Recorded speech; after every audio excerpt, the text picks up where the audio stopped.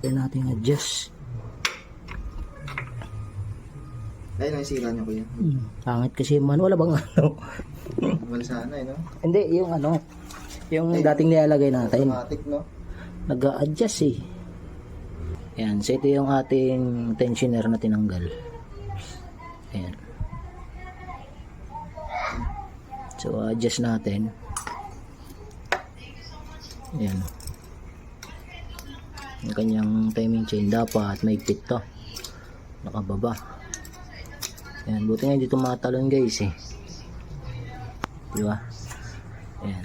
So adjust natin ito.